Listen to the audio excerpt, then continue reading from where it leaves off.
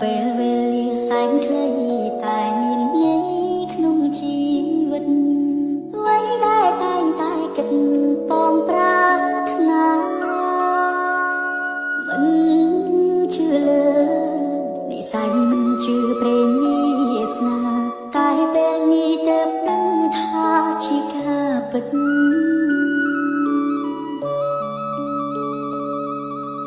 ឆានជីវិតមានន័យព្រោះតែស្រីម្នាក់បងត្រូវជុំជុំกัน